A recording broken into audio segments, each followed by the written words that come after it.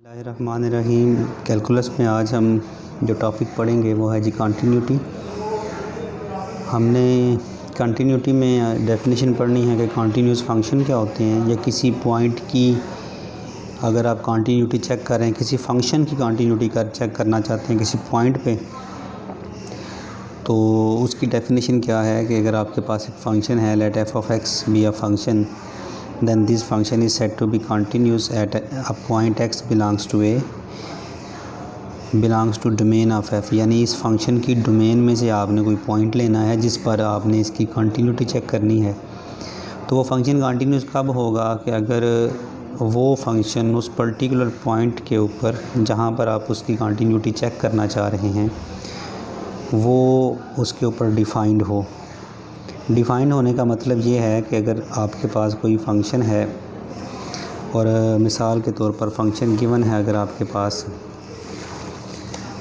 ये देखिए, अगर आपके पास ये फ़ंक्शन गिवन है F of x equal to X square plus 2 over X minus 2, अगर ये फ़ंक्शन है तो अगर आप इसकी continuity at x equal to 2 पे चेक करना चाहते हैं तो अब इस पॉइंट पे ये फ़ंक्शन डिफ़ाइंड है या नहीं है, आप इसको चेक कर लेते हैं। F of 2 is equal to ये आपके पास 4 प्लस 2 ओवर 2 माइनस 2 यानी ये 6 ओवर 0, यानी ये अनडिफाइंड हो जाता है।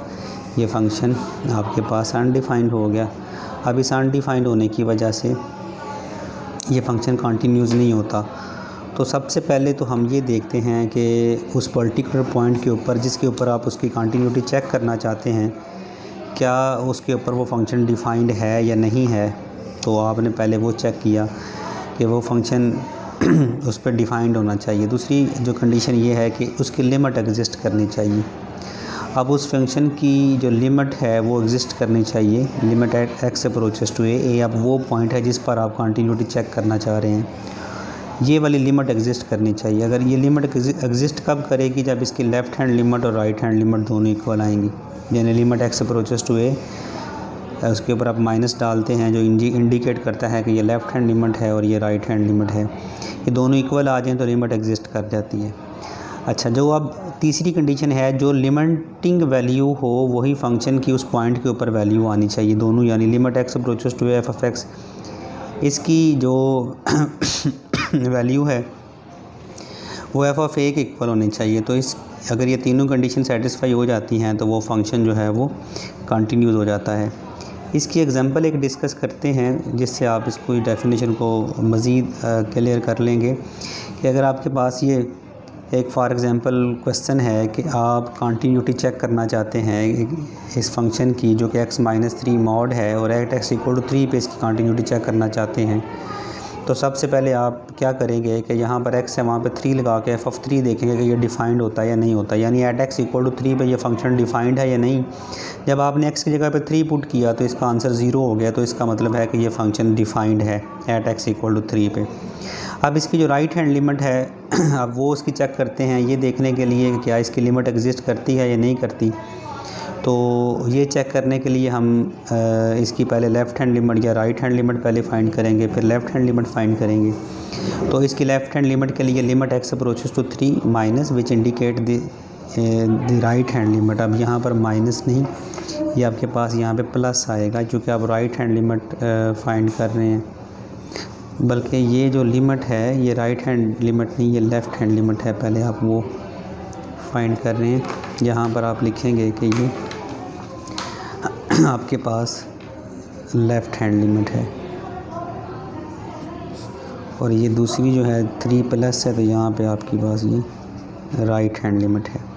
तो लेफ़्ट हैंड लिमिट के लिए limit x approaches to 3 minus F of X, और ये आपने वो फंक्शन लगा लिया। अब चूँकि यहाँ पर एब्सोल्यूट फंक्शन है और एब्सोल्यूट फंक्शन की डेफिनेशन आपको पता है कि अगर आपके पास कोई फंक्शन एब्सोल्यूट है यानी F of x is equal to X mod, उसको यूँ डिफ़ाइन किया जाता है कि इसका आंसर प्लस एक्स आता है अगर ये x ग्रेटर दैन 0 हो, और minus x if x is less than 0, greater than और इक्वल टू 0।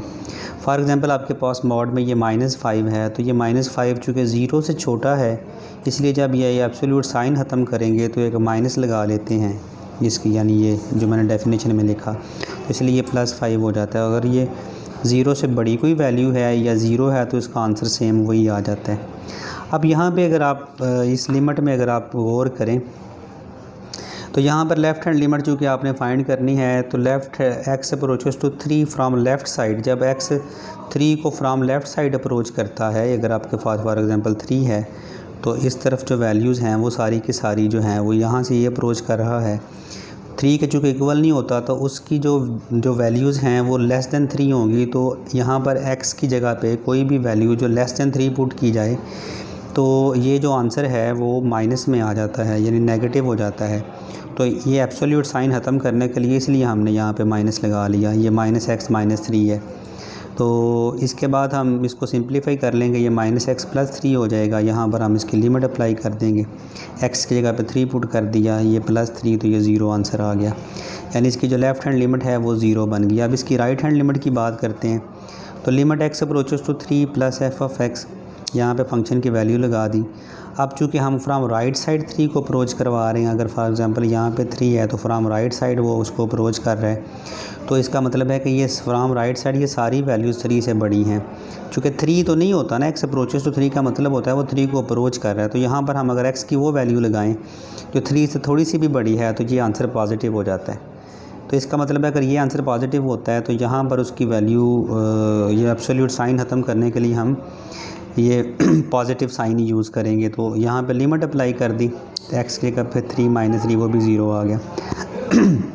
अब चूँकि आप देखें लेफ़्ट हैंड लिमिट और राइट हैंड लिमिट दोनों इक्वल आ गई, दोनों लिमिट्स इक्वल आ गई, तो इसका मतलब है कि ये जो लिमिट है f(x), x approaches to 3 f(x) exist कर गई। और अगर आप देखें तो लिमिटिंग आंसर 0 आया और ये देखें लिमिट का भी आंसर 0 आया और f(3) का भी आंसर 0 था। यहाँ पे आप देखें तो ये फंक्शन की वैल्यू एट दैट पॉइंट और इसकी लिमिटिंग वैल्यू इक्वल आ गई। थर्ड कंडीशन भी देखें ये सेटिस्फाई होगी, तो इसका मतलब है कि ये फंक्शन जो है वो एट x = 3 पे पॉजिटिव है। अब इसकी एक और एग्जांपल हम कंसिडर करते हैं।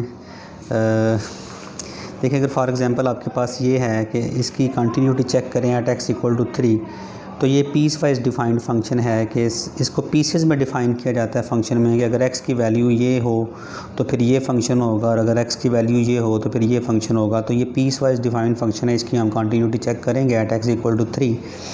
तो सबसे पहले तो हम देखेंगे कि वो वाला हमने देखना है इस फंक्शन की वैल्यू एट x = 3 पे क्या आती है, यानी f(3) क्या आएगा। तो हमने इन दोनों फंक्शन में से वो कौन सा फंक्शन लेना है जहाँ पर आप उस फंक्शन की value at that point check करना चाह रहे हैं, तो वो वाला फंक्शन लेना जहाँ पर एट x = 3 है, यानी ये वाला हम फंक्शन लेंगे, वो 0 ले लेंगे। अब अगर f(3) 0 आ गया तो इसका मतलब है ये डिफ़ाइंड हो गया, अनडिफाइंड फॉर्म नहीं आई, तो डिफ़ाइंड होगा, फर्स्ट कंडीशन जो है वो सेटिस्फाई होगी। अब सेकेंडली हम ये देखते हैं limit x approaches to 3 f(x) = limit x approaches to 3। अब हम ये चेक करने लगे हैं कि इसकी लिमिटिंग वैल्यू क्या आती है। चूँकि x is not equal to 3 का अगर x 3 के इक्वल नहीं है तो इसका मतलब है 2 पॉसिबिलिटीज़ हो सकती हैं, या तो x > 3 हो सकता है या x < 3 हो सकता है। अगर तो फिर इन दोनों केसेस में हमें लेफ़्ट और राइट हैंड लिमिट फाइंड करने की ज़रूरत नहीं होती, हम सिर्फ उसकी लिमिट फाइंड कर लेते हैं। तो limit x approaches to 3 f(x) = limit x approaches to 3, आप वो वाला फंक्शन लगा लेंगे x² -9 और x -3। देखना लिमिटिंग वैल्यू में एट x = 3 वाला फंक्शन नहीं यूज़ कर रहे, अगर वो लेस देन है या ग्रेटर देन है तो आपके पास यही फंक्शन यूज़ होगा। तो इसको सिंप्लीफाई कर लिया, जो कि यहाँ पर 0/0 फॉर्म बन रही है, तो जब 0/0 फॉर्म बनती है तो अलजेब्राइक फार्मूले की मदद से या वैसे उसको सिंप्लीफाई कर लिया जाता है। x + 3 × x - 3 और x - 3 = लिमिट x अप्रोचेस 3 और x + 3, यहाँ पर x की वैल्यू लगा दी तो ये 6 आ गया। तो ये यहाँ पे देखिए लिमिटिंग वैल्यू 6 आई है और फंक्शन की वैल्यू 0 आई है, ये दोनों इक्वल नहीं आए, तो इसका मतलब है कि ये फंक्शन जो है वो कंटिन्यूस नहीं होगा, ये डिसकंटिन्यूस फंक्शन हो जाएगा। जो कंटिन्यूस फंक्शन की 3 कंडीशंस हैं उनमें से अगर एक भी सेटिस्फाई ना हो तो जो फंक्शन है वो डिसकंटिन्यूस हो जाता है। इसके अलावा एक और एग्जांपल हम कंसिडर करते हैं। अब ये देखें मैंने x, ये आपके पास फंक्शन है f(x) = x - 4 if -1 < x <= 2 and x² -6 if 2 < x and <5। At x = 2 पे आप इसकी कंटिन्यूटी चेक करेंगे तो सबसे पहले तो फंक्शन की वैल्यू एट x = 2, तो देखें x = 2 किस में गिवन है, ये गिवन है x = 2 और उसके लिए फ़ंक्शन x - 4 है। तो हमने जब किसी फंक्शन की value at x equal to 2 पे चेक करनी है कि उस पर डिफाइंड होता है या नहीं होता, तो हम ये वाला फंक्शन लेंगे x माइनस 4। तो ये चेक किया f of 2 is equal to 2 minus 4, ये -2 आ गया तो इसका मतलब है कि ये डिफाइंड हो गया, जो फर्स्ट कंडीशन है वो सेटिस्फाई होगी।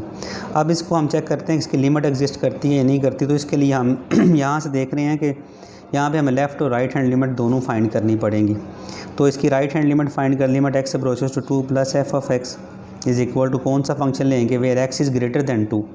राइट हैंड लिमिट है ना, from right hand side x को 2 को अप्रोच कर रहा है ना, तो मैं वो फंक्शन लूँगा जहाँ पर एक्स ग्रेटर दैन 2 होगा। तो एक्स ग्रेटर दैन 2 ये देखें यहाँ पे ये है, एक्स ग्रेटर दैन 2 ये है, तो मैं ये फंक्शन एक्स स्क्वायर माइनस 6 लिख लिया। अब यहाँ पर इसकी वैल्यूज़ लगा दी, देखें एक्स की जगह पे 2 लगाया तो आपके पास ये -2 आंसर आ गया। अब इसकी लेफ़्ट हैंड लिमिट फाइंड करेंगे।